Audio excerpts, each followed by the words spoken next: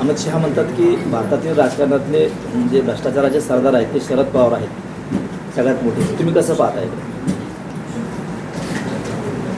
आता असं आहे की शरद पवार साहेबांचं कारकीर्द सगळ्यांना माहीत असल्यामुळे त्याच्यावर जास्त बोलायची गरज नाही, म्हणून त्याच्यावर काही मी कॉमेंट देऊ इच्छित नाही. पण त्यांचं कार्य सगळ्यांना माहिती आहे.